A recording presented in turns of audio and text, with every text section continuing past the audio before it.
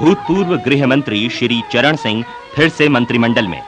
उन्होंने 2 उप प्रधानमंत्रियों में से एक के पद की शपथ ली। उन्हें वित्त विभाग सौंपा गया है। A new government for Uttar Pradesh.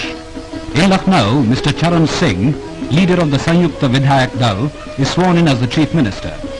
अब अपने देश के सामने कई समस्याएं जो मुंह बाए खड़ी हैं।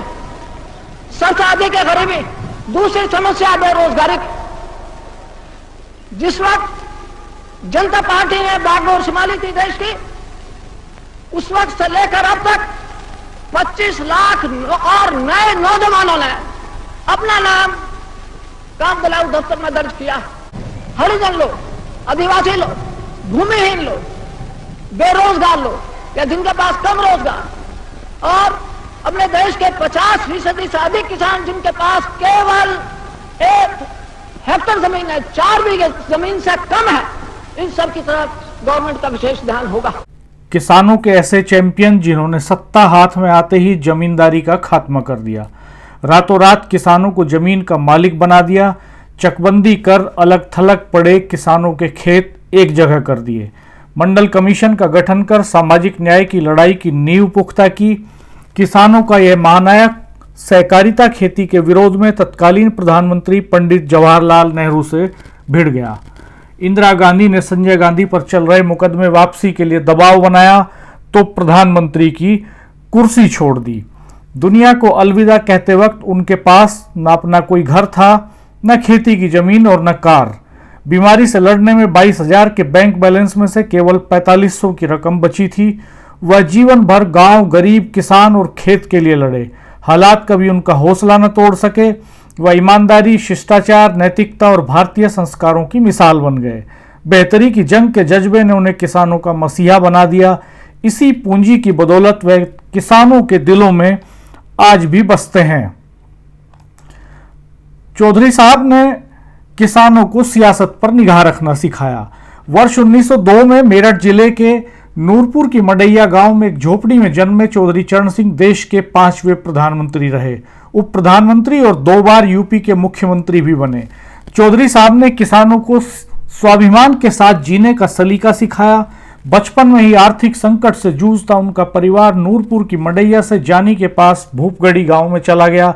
2 जून की रोटी की लड़ाई यहां भी उनके परिवार को खरखोदा के निकट भदोला गांव ले गई। किसी तरह चरण सिंह ने पढ़ाई पूरी की और आगरा यूनिवर्सिटी से लॉ की डिग्री हासिल कर ली। आर्थिक नीतियों और खास तौर पर कोऑपरेटिव खेती पर उन्होंने तत्कालीन प्रधानमंत्री जवाहरलाल नेहरू के सहकारिता के मॉडल का खुला विरोध किया। उनका कहना था कि भारत में किसानों को जमीन पर मालिकाना हक देना जरूरी है। उनके प्रयासों से यह हुआ भी। 1967 में इसी के चलते चौधरी साहब को कांग्रेस छोड़नी पड़ी, लेकिन उन्होंने जनता पार्टी का गठन कर कांग्रेस के खिलाफ एक मजबूत विपक्ष खड़ा कर दिया। इमरजेंसी के बाद जनता पार्टी सत्ता में आई। चौधरी साहब ने दुनिया में भारतीय अर्थव्यवस्था को मजबूत करने के लिए श्रम कानूनों में बदलाव की ठोस पहल की। केंद्रीय गृह मंत्री रहते हुए उन्होंने इजराइल के साथ कूटनीतिक संबंध बेहतर बनाए और पाकिस्तान की परमाणु शक्ति बनने की धमकियों पर 15 अगस्त 1979 को ऐतिहासिक भाषण दिया। मैं और मेरे साथी इस नतीजे पर पहुंचे और हमारे देशवासी इस नतीजे पर पहुंचे कि यह बम जो it is aimed at us Hindustan के लिए बनाया जा रहा, मैं समझता will not be far from truth. सच्चाई से बहुत दूर हमारा नतीजा नहीं हो। हमने तय किया हुआ था, आज तक हमारा यही फैसला है कि हम बम नहीं बनाना चाहते। बम बनाने की दौड़ में हम नहीं पड़ना चाहते, लेकिन अगर पाकिस्तान अपने इस इरादे पर कायम रहा और बम इकट्ठे करने की कोशिश करता रहा, तो मुझको, मेरे साथियों, इस सारे प्रश्न पर शायद पुनः विचार करना होगा। प्रधानमंत्री रहे हैं जिन्होंने एक दिन के लिए भी संसद फेस नहीं की। चौधरी साहब राजनीतिक अर्थशास्त्र के ज्ञाता थे। चौधरी साहब ने Indian economic policy the Gandhian blueprint नामक पुस्तक लिखी। इसके साथ ही कोऑपरेटिव फार्मिंग, एक्स रेड और economic nightmare of India, it's cure and cause नामक पुस्तक लिखी। उनकी पुस्तकें अमेरिकी विश्वविद्यालयों में भी पढ़ाई गई। चौधरी साहब मेरठ के क्रांतिकारी विष्णु शरण दुबलिश को राजनीतिक गुरु मानते थे। आज़ादी के आंदोलन के दौरान दुबलिश और चौधरी चरण सिंह वेस्टर्न कचहरी रोड पर मेरठ में एक मकान में रहते थे। बाद में इसी मकान में चौधरी अजीत सिंह का वोट भी 2010 तक रहा। वेस्टर्न कचहरी रोड पर ही उन दिनों स्वतंत्रता सेनानी रघुवीर नारायण सिंह, रघुवंश नारायण सिंह, शांति त्यागी, राजेंद्र पाल सिंह वारियर, कामरेड भरत सिंह, कामरेड मुसद्दी लाल और अनूप सिंह त्यागी रहते थे। चौधरी साहब को छपरोली ने बड़ी ताकत दी। चौधरी साहब 1937 में छपरोली से असेंबली का चुनाव जीते। इसके बाद 1946, 1952, 1962 और 1967 में छपरोली से लगातार विधायक चुने गए। 1946 में पंडित गोविंद बल्लभ पंत की सरकार में संसदीय सचिव बने और राजस्व, चिकित्सा, लोक स्वास्थ्य, न्याय, सूचना आदि विभागों में कार्य किया। जून 1951 में कैबिनेट मंत्री बने। इसके बाद उन्होंने पीछे मुड़कर नहीं देखा। अपने लिए कुछ करने के बजाय वह दिन रात किसानों के लिए ही जुटे रहे। चुनाव आते तो छपरोली के गांव-गांव, गली-गली निकल पड़ते, रात में किसानों के घरों में ही रुकते और उन्हीं से चुनाव के लिए एक वोट और एक नोट मांगते। ऐसे जो चंदा इकट्ठा होता उसी से पार्टी चलती। चौधरी साहब को छपरोली के लोगों से गहरा प्रेम था। छपरोली के लोग उन्हें हर चुनाव में चंदा देते। चौधरी साहब के करीबी रहे नरेंद्र सिंह एडवोकेट बताते हैं कि केवल 5% लोग ही ऐसे थे जो चंदे में 100 रुपए देते थे। अधिकांश लोग 10 रुपए, 5 रुपए, 20 रुपए चंदा देते थे। 2 साल तक लगातार सूप गांव के लोगों ने सबसे ज्यादा चंदा दिया। यही वजह है कि छपरोली आज तक भी चौधरी साहब के नाम की वजह से अन्य दलों के लिए अजेय है। चौधरी साहब की याददाश्त कमाल की थी और वो लंबे भाषण देते थे। छपरोली से 5 बार विधायक रहे। चौधरी नरेंद्र सिंह एडवोकेट बताते हैं कि सर्दियां आती थी तो चौधरी साहब पूछते, कोल्हू चल पड़े हैं क्या? पार्टी दफ्तर में जो कर्मचारी काम कर रहे हैं उन्हें कई महीनों से तनख्वाह नहीं मिली। सर्दी है, इन्हें लिहाफ और रजाई भी चाहिए। तब वह बागपत जिले के बड़ौत में एक पब्लिक मीटिंग रखते और उसमें जो चंदा मिलता उससे कर्मचारियों की तनख्वाह और दूसरे बिल चुकाते थे। वह किराए की गाड़ी लेकर आते थे। गांवों में चौपालों पर बैठकर लंबे लंबे भाषण देते थे। उनका कोई भाषण 3 घंटे से कम का नहीं होता था। वह किसानों और कार्यकर्ताओं से कहा करते थे कि अगर प्रेस उनकी तारीफ करने लगे तो समझ लेना चरण सिंह में कहीं कोई गड़बड़ हो गई है। मुश्किल से 1.5-2 लाख रुपए में सारा चुनाव पार्लियामेंट का लड़ा था।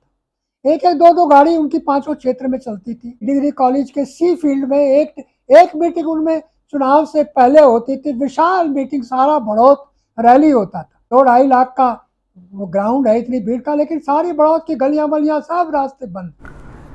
चौधरी चरण सिंह के कहने पर 1952 में पीसीएस की नौकरी छोड़ने वाले चौधरी जयपाल सिंह नरोजपुर 93 वर्ष के हो चुके हैं। वह कहते हैं कि चौधरी साहब दाढ़ी खुद बनाते थे और उस समय वह कार्यकर्ताओं की बात गंभीरता से सुना करते थे। मैं वहाँ गया तो दाढ़ी बना रहे थे उस समय चौधरी साहब। हाँ, और मुझे ये पता था कि दाढ़ी बनाने वाला समय जो है सबसे उपयुक्त होता है इनके साथ बात करने का जी। तो मेरी चूंकि तो अपने आप ही बना रहे थे वे? हाँ, वो जब यहाँ के बाल बनवाने होते थे तब नाई को बुलाते थे। शेविंग बहुत दिन से वो अपने आप करते थे। चौधरी चरण सिंह के जन्म स्थान नूरपुर की मडैया गांव के पीतम सिंह ने मुझे बताया था कि चौधरी साहब की खूबी थी कि उन्होंने जो कह दिया वही कर दिया। उनकी याददाश्त बहुत कमाल की थी। लोगों को बहुत आसानी से पहचान लेते थे। एक बार बुलंदशहर में एक जनसभा में आए तो भीड़ में सामने बैठे फकीर अल्लाह मेहर का नाम माइक से बुलाकर अपने पास बुला लिया। बोले, ऐसे क्यों देख रहे हो, हम दोनों 4th क्लास में साथ साथ पढ़े हैं। चौधरी साहब सुबह उठकर गाय का दूध पीते थे और वह पक्के आर्य समाजी थे। जोर दिया था। उन्होंने माया को न्याय दिलाने के लिए प्रदेश भर में आंदोलन चलाया और इसमें 1 लाख से ज़्यादा लोग जेल गए। बागपत के नरोजपुर गुर्जर गांव निवासी चौधरी जयपाल सिंह पुलिस लाठीचार्ज में गंभीर घायल हो गए। चौधरी साहब इस घटना से बेहद आहत थे। वह हमेशा एक ही बात कहते और समझाते थे कि असली भारत गाँव में बसता है। देश की खुशहाली का रास्ता खेत खलियान से होकर ही गुजरता है। चौधरी साहब जब मेरठ आते तो समर्थकों का उत्साह बढ़ जाता। उन दिनों वह लखनऊ मेल से हापुड़ उतरते थे। मेरठ से 3 बार सांसद रहे ठाकुर अमरपाल सिंह के पिता दुर्गा दीवान उन दिनों बीकेडी के खजांची थे। वह लंबी पगड़ी बांधते थे। अक्सर वह नेताजी करण सिंह और चौधरी साहब को लेकर आते। सर्किट हाउस में उनके दीवानों की लंबी लाइन लग जाती। घमंडी नाई चौधरी साहब के बेहद करीब थे। वो लंबा कुर्ता पहनते थे जिस पर चौधरी साहब का नाम लिखवा रखा था। उन्हें सब लोग जानते थे। उनका महत्व चौधरी साहब के यहाँ किसी वीआईपी से कम न था। कई बार तो घमंडी नाई चौधरी साहब के लिए खाना लेकर भी जाते थे। अपने शैडो करतार सिंह पर चौधरी साहब को बड़ा भरोसा था। बागपत के मवी कला गांव निवासी धर्मपाल सिंह आर्य बताते हैं कि मूल रूप से अलीगढ़ निवासी करतार सिंह दशकों तक चौधरी साहब के साथ रहे। चौधरी साहब जिन लोगों से नाराज हो जाते थे, करतार उनसे बात करके मरहम लगा देते थे। हरियाणा के अजब सिंह चौधरी साहब की कार चलाते थे। चौधरी साहब सर्किट हाउस में खुले आसमान तले सोते थे। मेरठ सर्किट हाउस के केयर टेकर सुरेश बताते हैं कि खाने पीने में जो खर्च होता था चौधरी साहब उसका भुगतान करके जाते थे और आते ही सबसे पहले हालचाल पूछते थे। वह आम के शौकीन थे। रात में वह सर्किट हाउस में कभी भी पंखे और कूलर में नहीं सोए, इसके बजाय बाहर सोना पसंद करते थे। तब सर्किट हाउस में एसी नहीं थे? एसी नहीं थे सर, पंखे थे? पंखे थे, कूलर थे। पंखे और कूलर में नहीं सोते थे? बाहर लॉन में सोते थे सब। मच्छरदानी लगा कर सोते थे सर, बढ़िया करके जो है। आम के बहुत शौकीन थे खाने के। अच्छा। हाँ जी, आम के बाग थे। अच्छा। बारिश शासन में एक उनके साथ और चलते थे चौधरी सुखबीर सिंह चौधरी साहब, उनके परम भक्त थे साहब। चौधरी साहब के। अच्छा। जी, परम भक्त थे बिल्कुल। आपसे कभी बात हुई चौधरी साहब? मेरी खूब बात हुई साहब, चौधरी साहब खूब बात हुई है। पहचानते थे आपको? खूब अच्छी तरीके से पहचानते थे। यहाँ तक कि वो जो प्रधानमंत्री रहे चौधरी साहब एक दिन के वाले, उसमें मेरे से बात नमस्ते हुई, सबको बढ़िया हुई। हालचाल पूछते थे, कोई परेशानी, कोई बताओ कोई बात है। उस समय राजस्व मंत्री रहे यूपी में ये। जी, जब राजस्व मंत्री थे तब भी आए? तब भी खूब आते थे साहब। हफ्ते में, महीने में जो है, हर हफ्ते ही था उनका, एक हफ्ता महीने में नहीं था। और जब मुख्यमंत्री थे यूपी में, उस वक्त का याद है? ना, उसका याद नहीं। प्रधानमंत्री वाला याद है मुझे। अच्छा। प्रधानमंत्री में रहे, प्रधानमंत्री में आए रहे यहाँ पे जो है। आप कभी मिलने भी गए उनसे? ना, मैं नहीं गया साहब, मैं यहीं जब भी मुलाकात यहीं हुई है। अच्छा। एक दो बार अपना कुछ काम हो गया तो काम भी किया उन्होंने, ऐसी बात नहीं। लोगों से कैसे मिलते जुलते थे? लोगों से हम मिलते थे ये सिक्योरिटी भी नहीं कि इतनी सिक्योरिटी लगाओ, ये लगाओ। अच्छा। सीधे आम सिक्योरिटी ज़्यादा नहीं रखते? सिक्योरिटी ज़्यादा नहीं रखते। सिर्फ करतार सिंह चलते हैं शैडो। अच्छा। उन्हीं का भरोसा रहता था। तो करतार सिंह जो कहते फाइनल है वो सब। अच्छा। हाँ, और ना इतना क्राइम भी नहीं था उस पीरियड में। सब कुछ इस तरीके हो जाए जो सिंपल अपने भाई ऐसी हॉल में। किस्सा बताइए रोचक जो याद करता हुआ। काफ़ी पुरानी बात होगी, इतने कहाँ साहब याद होगी इतनी। खाने में बिल्कुल सिंपल खाना खाना था बिल्कुल। जो उनके साथ एक चलते थे करतार सिंह शैडो, नाम अभी तक मुझे याद है। करतार सिंह शैडो साहब चलते थे और वो जो है जो कहते थे वो वही चौधरी साहब मानते थे उनसे। करतार सिंह जी का जो है चौधरी साहब का, जहाँ उन्होंने कहा यहाँ बैठना तो वहीं बैठना है। और उन्होंने कहा टाइम ओवर हो गया तो घड़ी से बताया चौधरी साहब टाइम हो गया। और जो है लॉन में सोना बाहर फील्ड में। हमारे यहाँ वैसे बैठते स्प्रिंग वाले पहले। अच्छा। तो ये वाले आ गए। पहले स्प्रिंग वाले थे, वो लगता था वहाँ। चौधरी नरेंद्र सिंह एडवोकेट बताते हैं कि 1969 के बाद मेरठ जिले के किसानों पर अत्याचार हुए, सैकड़ों लोगों के खिलाफ मुकदमे हुए। तब प्रधानमंत्री इंदिरा गांधी बड़ौत आई तो किसी ने जूता फेंक दिया। बिनोली में मुख्यमंत्री सीवी गुप्ता पर ढेला फेंक दिया। सैकड़ों पर मुकदमे हो गए। छपरोली के लूम गांव में चौधरी बंसीलाल की जीप लोगों ने पलट दी, उसमें कंडे भर दिए। जब भी चौधरी साहब आते पूछते कोई जेल में तो नहीं है, किसी को सज़ा तो नहीं हो गई। हम 5-6 वकील मिलकर फ्री में मुकदमे लड़ रहे थे, मैंने किसी से कोई फीस नहीं ली। अदालतों का भी सहयोग मिला और किसी को सज़ा नहीं हुई। नरेंद्र सिंह एडवोकेट को किसानों के मुकदमे फ्री में लड़ने का इनाम मिला और चौधरी चरण सिंह ने उन्हें छपरोली से विधानसभा का टिकट दे दिया। नरेंद्र सिंह ने जीत का चौधरी साहब का भी रिकॉर्ड तोड़ दिया। चौधरी साहब इससे खुश हुए और शाबाशी दी। नरेंद्र सिंह ने कहा कि यह चौधरी साहब के प्रति छपरोली के लोगों का ही प्रेम था कि घर से एक बिना पैसा भी खर्च किए हुए वह 5 बार विधायक चुने गए। चौधरी साहब ने 34 वर्ष की उम्र में 1937 में यूनाइटेड प्रोविंसेस की लेजिस्लेटिव असेंबली छपरोली से चुनाव जीता। 1938 में उन्होंने agricultural produce market bill assembly में पेश किया। पंजाब में सर छोटू राम ने सबसे पहले किसान हित में इस बिल को लागू किया। बाद में देश के अधिकांश राज्यों में लागू हुआ।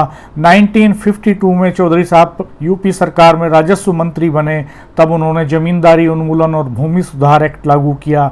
जमींदारी उन्मूलन में बाधा पैदा करने पर उन्होंने एक साथ पूरे प्रदेश में पटवारियों के बस्ते छिनवा लिए थे।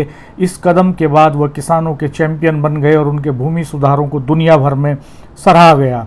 चौधरी साहब जातिवाद के घोर विरोधी थे और अंतर्जातीय विवाह के पैरोकार थे। 2 बार एमएलसी रहे। मेरठ कॉलेज के पूर्व छात्र संघ अध्यक्ष चौधरी जगत सिंह बताते हैं, जब चीफ मिनिस्टर हुए तब भी उन्होंने गन्ने का मूल्य बहुत अच्छा दिया जी, और जब प्रधानमंत्री हुए जब भी गन्ने का मूल्य अच्छी दिया। उनका आदेश मानते हुए हम सब लोग भारतीय क्रांति दल में शरीक हो गए। सतपाल मलिक भी उसी समय आए थे, साथ ही साथ एक ही दिन दोनों हाँ, आपने ज्वाइन किया। सतपाल मलिक, मैं और राजेंद्र चौधरी, अच्छा, तीनों ने एक ही साथ डिक्लेरेशन कुछ साथियों के साथ किया जी। हाँ, तो कैसे मैनेज करते थे उस समय इलेक्शन? चौधरी साहब कैसे इलेक्शन लड़ते थे उस समय? इस समय आप देख रहे हैं कि हाँ। धन बल का बोलबाला है। चौधरी चरण सिंह जी कभी भी चुनाव में कोई पैसा खर्च नहीं करते। चौधरी साहब जातिवाद को समाज के लिए जहर मानते थे। वह छुआछूत भी नहीं मानते थे। उनका रसोइया दलित था जिसने उनके यहाँ 20 साल तक खाना बनाया। वह समाज में महिलाओं की बराबरी के पैरोकार थे। अपने बेटे बेटियों को भी उन्होंने अंतर्जातीय विवाह करने से नहीं रोका। वह परिवारवाद के सख्त खिलाफ थे। उनकी पूरी सोच गांव, गरीब और खेती किसानी के इर्द गिर्द रहती थी। उनका सियासी सफ़र हरियाणा, बिहार, मध्य प्रदेश, राजस्थान, उड़ीसा होते हुए दिल्ली तक पहुंचा। चौधरी साहब राजनीति की पाठशाला थे। आज़ादी के बाद भी उन्होंने वेस्ट यूपी के अगवा तत्वों की परख कर राजनीति में प्रवेश कराया। आज राजनीति के कई बड़े दिग्गजों ने उन्हीं से सियासत की ABCD सीखी थी। चौधरी नरेंद्र सिंह एडवोकेट बताते हैं कि 8-10 साल के थे तभी से चौधरी साहब के संपर्क में आ गए थे। गांव-गांव जाते थे। हर गांव में 10-20 लोगों को वह नाम से जानते थे। पब्लिक मीटिंगों में राजनीतिक अर्थशास्त्र और शिष्टाचार की बात वे बड़े सरल शब्दों में व्याख्या करते थे। मेरठ के घमंडी नाई के काम के वह कायल थे और हमेशा मशीन से बाल कटवाते थे। चौधरी साहब घमंडी की बेटी की शादी में भी आए थे। चौधरी नरेंद्र सिंह बताते हैं कि चौधरी साहब कहा करते थे कि तुम जनप्रतिनिधि हो, कभी कोई ऐसा काम मत करना जिससे तुम्हारे परिवार या रिश्तेदार के किसी व्यक्ति को आर्थिक लाभ हो। जनप्रतिनिधि की गरिमा को बनाए रखना बड़ा जरूरी है। चौधरी साहब के नाम पर 1994 में पूर्व मुख्यमंत्री मुलायम सिंह यादव ने मेरठ यूनिवर्सिटी का नाम बदलकर चौधरी चरण सिंह के नाम पर रखा था। यूनिवर्सिटी में आज तक चौधरी साहब के नाम पर कोई शोध पीठ नहीं है। बागपत से 2024 का लोकसभा चुनाव लड़ने वाले डॉक्टर राजकुमार सांगवान ने चौधरी चरण सिंह पर ही PhD की थी। डॉक्टर सांगवान का दावा है कि वह यूनिवर्सिटी में शोध पीठ बनवाने के लिए ठोस प्रयास करेंगे ताकि चौधरी साहब के विचारों और उनके कार्यों को नई पीढ़ी तक पहुंचाया जा सके। धन्यवाद, नमस्कार। हमारे चैनल को देखते रहिएगा। बेल आइकन प्रेस कर दीजिएगा ताकि नए वीडियो अपलोड होने पर आपको नोटिफिकेशंस मिलते रह सकें। सब्सक्राइब नहीं किया है तो ज़रूर कर दीजिएगा।